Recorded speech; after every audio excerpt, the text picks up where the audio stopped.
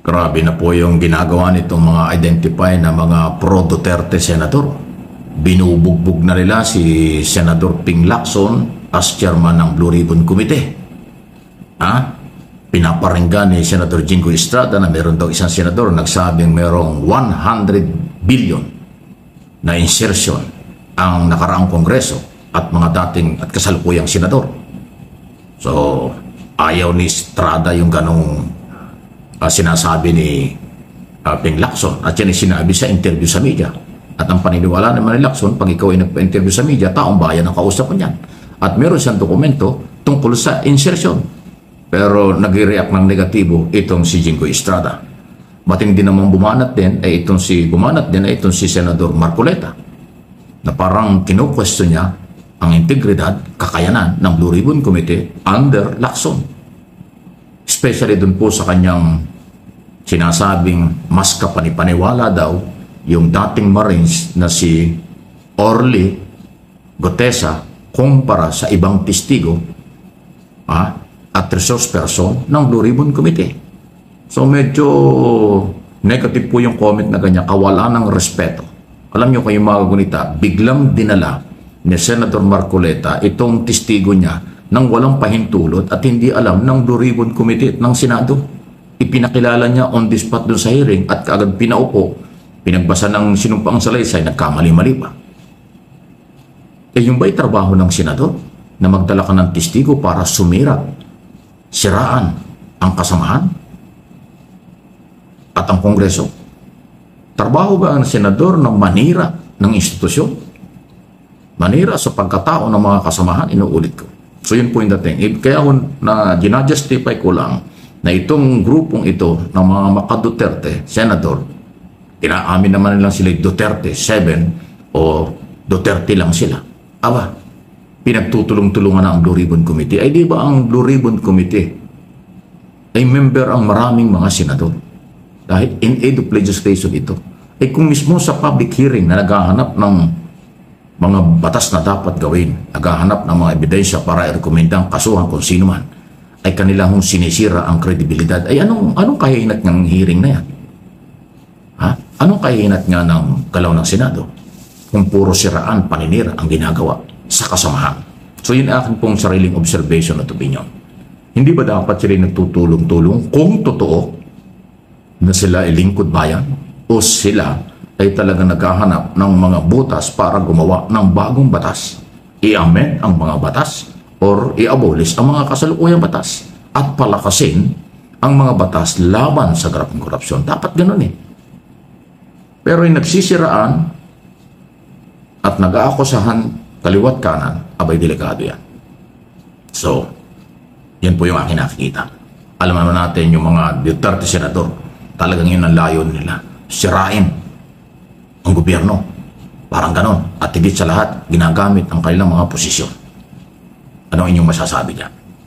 Naku, speaking of Marcoleta, bakit kaya si Marcoleta nagkaganon? Abay, galit siya sa media. At hindi tama na kanyang sabihin bayaran daw ang media. Wow. Mabigat na ako sa sunya ng isang senador. At syempre, kaya po nasasabi ni Marco Betts, dahil nga po kapag hindi pabor sa kanya ang interview, kapag po hindi pabor sa kanya ang nag-i-interview, talagang ang sasabihin niya, bayaran. Alam niyo naman po, ganyan ang litanya. Ganyan palagi ang ibinabato ng mga DDS trolls. Diba? Ganyan ang utak ng DDS. Kapag hindi nila kasama sa paniniwala, bayaran. Bayarang vlogger, bayarang media, bayarang trolls, ganyan ang lagi nilang sinasabi. Kahit na ang pinupunto lamang ay ang kumbaga impartiality. Katulad po nitong nangyari na pakikipag-usap ni Marcoleta dito sa mga host or news anchor ng DWAR Abante Radio. Yung pagsasabi niya ng tanga sa ere ay hindi po ito katanggap-tanggap at ito po ay talagang masasabi natin na siga-siga ang datingan nitong si Marco Betts. At hindi po ito maganda para sa isang senador na tinitingala ng bayan bilang isang magandang ehemplo, pero yun pala ay bulok ang kalooban. Kung titignan mo si Marcoleta, lagi siyang nakasimangot. Pero, di ba, dala-dala niya ang bandila ng INC.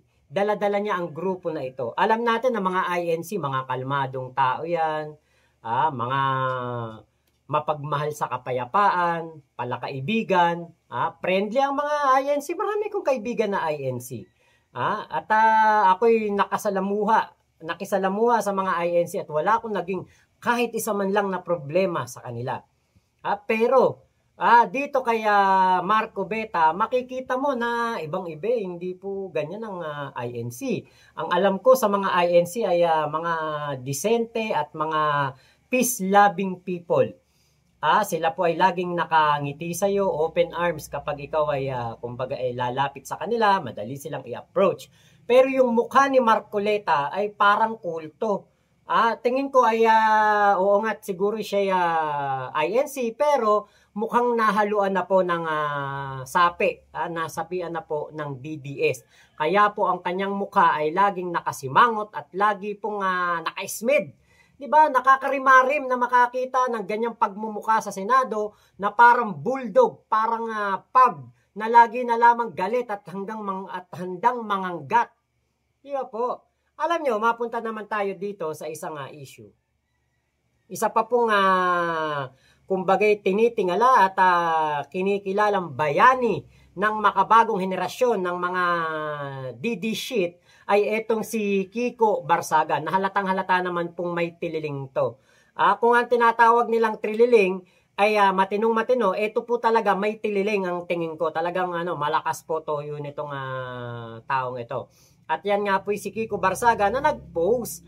At syempre walang iba kung hindi ang kanyang babarahin at babanatan at ang kanyang sisipatin dito ay si Senator Panfilo Lacson na siyang Senate Blue Ribbon Committee Chairman na pumalit kay Bulldog. Ngayon, kung makikita po ninyo, andyan po sa screen ninyo, etong litrato na pinost nitong si Kiko Barsaga. Yan po'y pinaliwanag ng ating mahal na Senador Panfilo Lacson na punong-puno ng integridad at kredibilidad na yan po ay ang mga diskaya ang lumapit sa kanya. At sinasabi nga po ni Senator Panfilo Lacson, lumapit sa kanyang mga diskaya para sumama sa campaign sortie sa Davao City para sa kanilang anak na siyang nominate naman ng Pinoy Ako Party List. Pero out of courtesy at paggalang na rin sa kanyang napakamatalik na kaibigan na si Tito Sen na siyang kalaban ng mga diskaya sa Pasig City, ito ay kanyang tinanggihan. So wala pong masama dito sa litrato na ito at ito po'y kayang-kayang sagutin. Hindi katulad ng mga meron pang mga lumabas na video at mga litrato katulad nitong kay pangalan nito kay Chis Escudero. May video pumunta sa opisina ni Zaldico. 'Di ba? Pero sa halip na ipaliwanag niya kung bakit nagkaroon siya ng 142 billion insertions, mas binanatan pa niya ang at dating House Speaker Martin Romualdez para po malinis ang kanyang pangalan. Hindi po ganoon, di ba? Dapat katulad ng pagsagot nitong si Panfilo Lacson, ang iyong pagsagot Senator Chis Escudero. Di ba? Si Chis Escudero naglitanya halos sa 30 minuto yatang naglitanya doon sa Senate plenary, sa session nila, binigyan ng pagkakataong makapagsalita, pero ang ginawa po, puro pagtuturo. Hindi po niya nilinaw kung bakit siya pumunta sa opisina ni Zaldico. Bakit siya tumanggap ng campaign donation doon sa kontraktor. Never po niyang niliwanag ang issue. Bagkus ang ginawa niya magturo ng magturo na hindi po tama para sa isang mambabatas. 'Di ba? Ang nangyari, napakaraming ebidensya laban sa kanya na siya'y nag-insert, tumanggap ng donasyon. At yung kanyang donor, campaign donor, napakarami pong proyekto ang nakuha after magbigay ng donation sa kanya. Yan ang mga tatlong binabato sa kanya pero never po niyang niliwanag. Never niyang sinagot. Pero, binanatan niya ng binanatan ng dating House Speaker nang wala man lang inilabas na ebidensya. Tapos parang ang gusto ni Chis Escudero, maniwala tayo sa kanya. Maniniwala lang siguro kami kung meron ka ring mailalabas na ebidensya laban kay Speaker Martin Romualdez. Diba? Kapag meron kang naipakita nga ebidensya, baka kahit kami pa na mga vlogger, suportahan ka at libakin din namin kung talagang magnanakaw itong si dating speaker.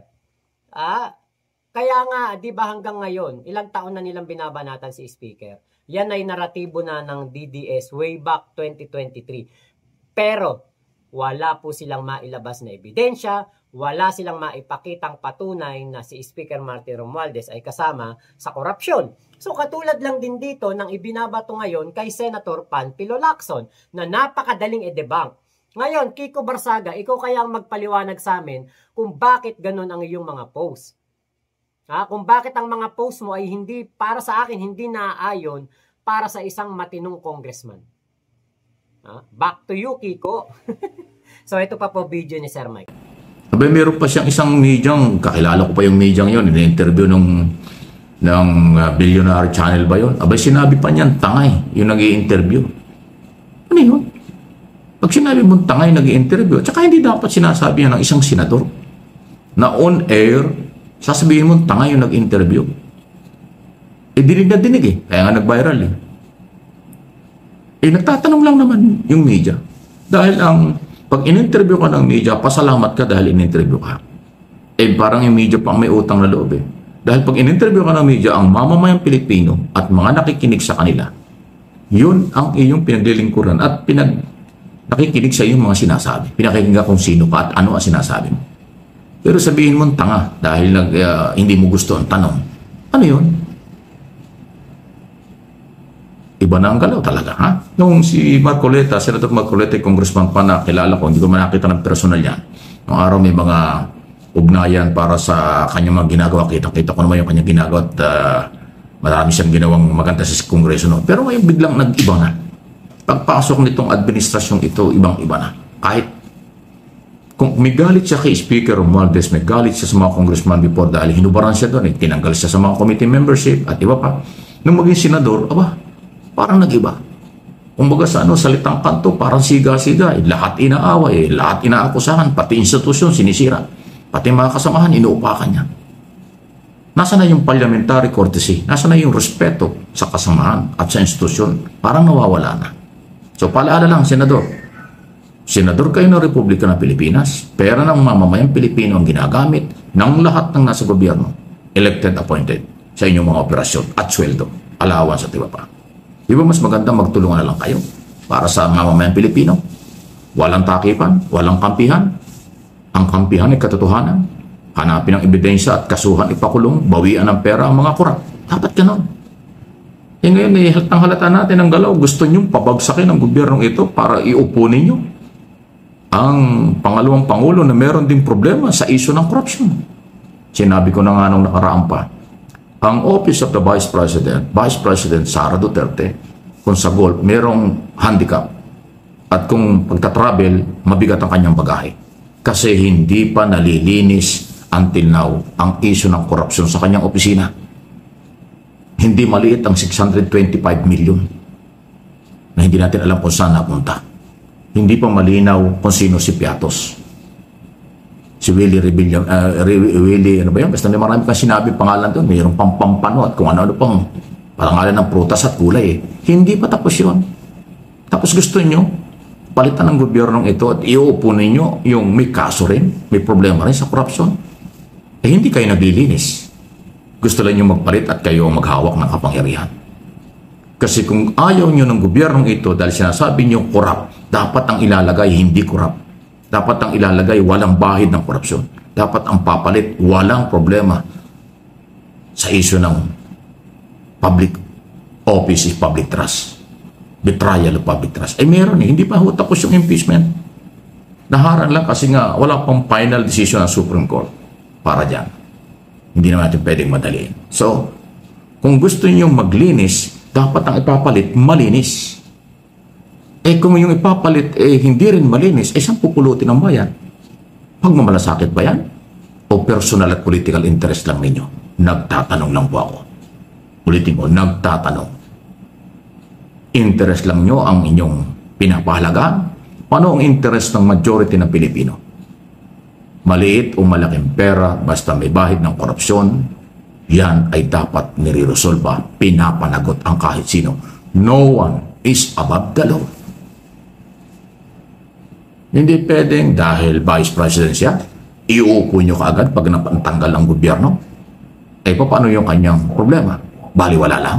Sandali. Hindi pwede yun. Maglinis muna bago humarap sa bayan.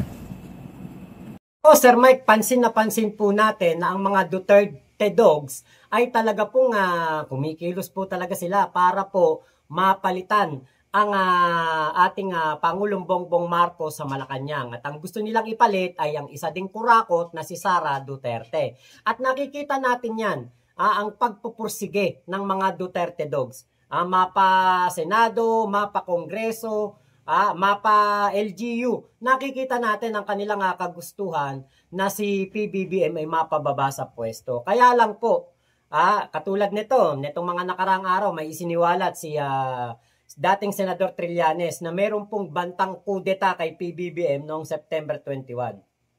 Pero, marami po ang hindi sumama, marami po ang umayaw sa plano na ito. Bakit? Kasi ang gusto nilang ipalit ay ang kurakot din na si Sara Duterte. So, ito pong mga matatandang mga retired na uniform personnel, hindi po nagtagumpay. Bakit? Kasi nga po, mas lalala pa ang problema. Biruin mo ba naman, ang ipapalit mo ay yung hindi pa rin maipaliwanag kung sino si Mary Grace Piatos, Cocoy Villamin at Juan Miguel Uwishi. Diba? Hanggang ngayon, hindi pa rin po maipaliwanag kung sino yung mga tao na yan na nakatanggap ng limpak-limpak na salapi. Oo nga, okay, ito ang naratibo ng mga DDS. Bakit daw ang tinitignan lamang ay si Sara Duterte, napakarami palang nakurakot ni Zaldico. Aba, kahit po 100 piso lamang, hindi natin pwedeng palagpasin. Katulad nung nangyari sa teacher. Sa isang teacher na nahatulan ng guilty sa kasong graft and corruption, parang nasa 2,000, 3,000, 5,000 lamang yata ang kanyang pera na parang kumbaga inakusahan siyang nanakaw o nakupit o naitabi o nakickback. 5,000 piso lamang, napakababang halaga, pero siya po ay nahatulan ng guilty. Bakit si Sara Duterte, milyon-milyon, hindi natin dapat silipin? Dahil milyon lang naman yan Hindi po ganon. Aba, ang bawat sentimo po na binabayad na tax ng bawat Pilipino, yan po ay pera ng taong bayan. At wala pong ibang dapat mag-angkin yan. Hindi po dapat yan ibulsa ng kahit sino. Kahit pa ng presidente, kahit pa ng vice-presidente, senador o congressman. Hindi po pwede at labag po yan sa batas. Taong bayan dapat ang makinabang sa pera ng taong bayan. Kaya itong pagsisiga ni Marcoleta ay halatang halata po na talaga namang ito ay sumusunod po sa naratibo ng mga Duterte dogs. Siyempre sama na dyan si Jinggoy, isama na dyan ang iba pang mga aso ni Digong sa Senado na talaga namang ang gusto po ay mailuklok ang anak ng nabubulok sa kulungan na si Digong. Bakit? Siyempre, sila ang makikinabang diyan. Hindi na mabubuking ang kanilang mga insertion. Hindi na mabubuking ang kanilang mga nakaw na yaman. Hindi na mabubuking ang kanilang mga pakikipagsabwatan sa mga contractors na talaga na mga labag na labag sa batas ang ginagawang pagbibiding dahil nga po biding-bidingan. Diba? Nakita natin kung paano bakuran ni Marcoleta ang mag-asawang Diskaya. Alam natin na ang mga Diskaya ay handang magbayad para lamang makakuha ng projects. Yun kaya nga para sila maipagtanggol sa Senado, hindi kaya sila handang magbayad? Diba? Kaya nako, alam niyo po, sa mga manonood natin, matatalino tayo lalo na mga sumusuporta kay PBBM, mga marangal, mga disente tayong Pilipino. Pero kung ang katulad nitong si Fab, Marcoleta ang magsasalita at magpi-privilege speech, alam niyo ako hindi ko na minsan pinapanood. Nawawalan ako ng gana dahil alam niyo po, puro pansariling interes, puro pagtatanggol sa kalyado, puro pagtatanggol sa mga Duterte, puro pagtatanggol sa mga kriminal at mga pusakal na contractors ang kanyang ginagawa. Kaya nga po, etong si Senator Panfilo Lacson ay pilit nila na pinapabagsak, dinedemerit, at sinisiraan po sa harapan ng taong bayan gamit ang ating mga katulad niyan, Senado. Gamit ang Senado para siraan ang napakabuting senador na si Panfilo Lacson. Sana po hindi sila magtagumpay. Alam natin na kaya po nila sinisira si Panfilo Lacson, kaya nila binabanatan si Panfilo Lacson dahil ito po ay wala pong kinakampihan. Ito po ay hindi bias at ito po talaga ay magsisiwalat ng korupsyon sa kung anuman ang nalalaman nito at humanda ang mga kurakot dahil hindi po makakalagpas kahit pa ikaw ay isang senador. Kaya sasama talaga loob ng mga ibang senador kay Panfilo Lacson dahil nga po si Panfilo Lacson ay anti-graft and corruption. So maraming salamat po Sir Mike Abe sa yung video na aking nireaksyonan. Belated happy birthday. Actually binati ko si Sir Mike nung birthday niya sa Viber. Maraming salamat po Sir Mike sa iyong pagtugon sa aking mensahe at maraming salamat din po sa lahat ng mga manonood na sumusuporta po dito sa aking channel. Thank you po. Maraming salamat. Ingat po kayo. Nasaan mang panig kayo ng mundo mo. Machup-chup. Love you. God bless us all. Pilipinas. God first. At MA Pinoy TV at Mike Abe Opinions dito po sa YouTube. Huwag niyo pong kakalimutang suportahan dahil kay Sir Mike Abe walang fake news.